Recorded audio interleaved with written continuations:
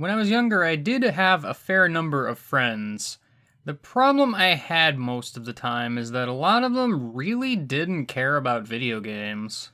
Of the people that did, there really wasn't a ton of interest in them.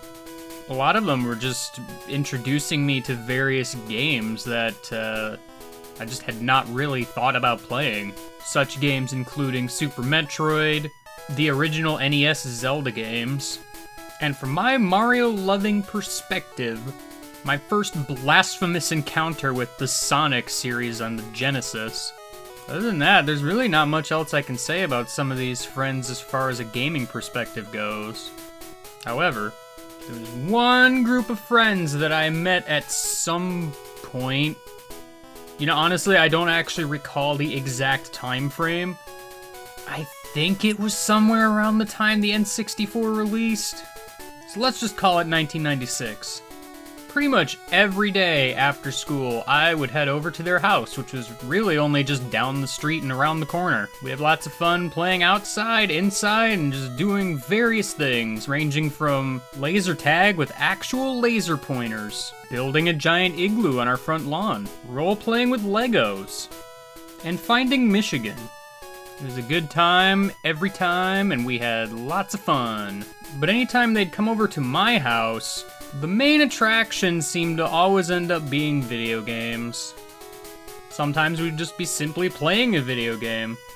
I recall playing Smash Bros. And then altering the TV settings in random ways so that it would be harder or easier to keep track of what's going on.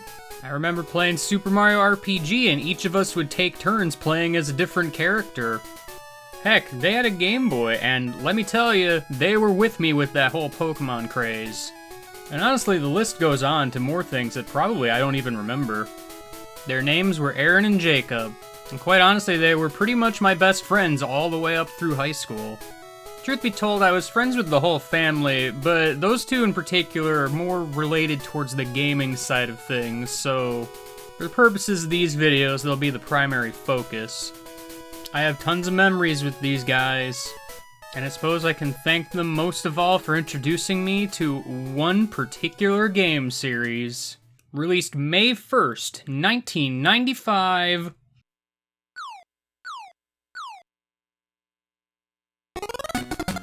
Kirby's Dream Land 2.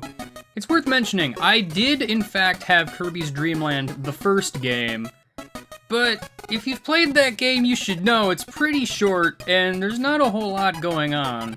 It's not exactly bad, but it just doesn't quite do it for me, even back then. I had never played Kirby's Adventure, and I had never actually owned Kirby's Dream Land 2.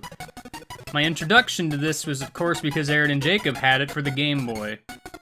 They allowed me to borrow it on a few occasions, and let me tell you, this game was magical. Giving Kirby the ability to actually harness the powers of other enemies is not a new idea necessarily, but it made the standard Kirby gameplay 10 times more interesting to me. While it probably really drove home how much I would super enjoy Kirby with the release of Kirby Superstar a year later, this game certainly initiated a spark. I suppose you could say I really don't have a lot of things to say about this game, by itself anyway, but it's a game that'll always remind me of some great friends I had in the past, and was a great way to start a series I would come to love in the future.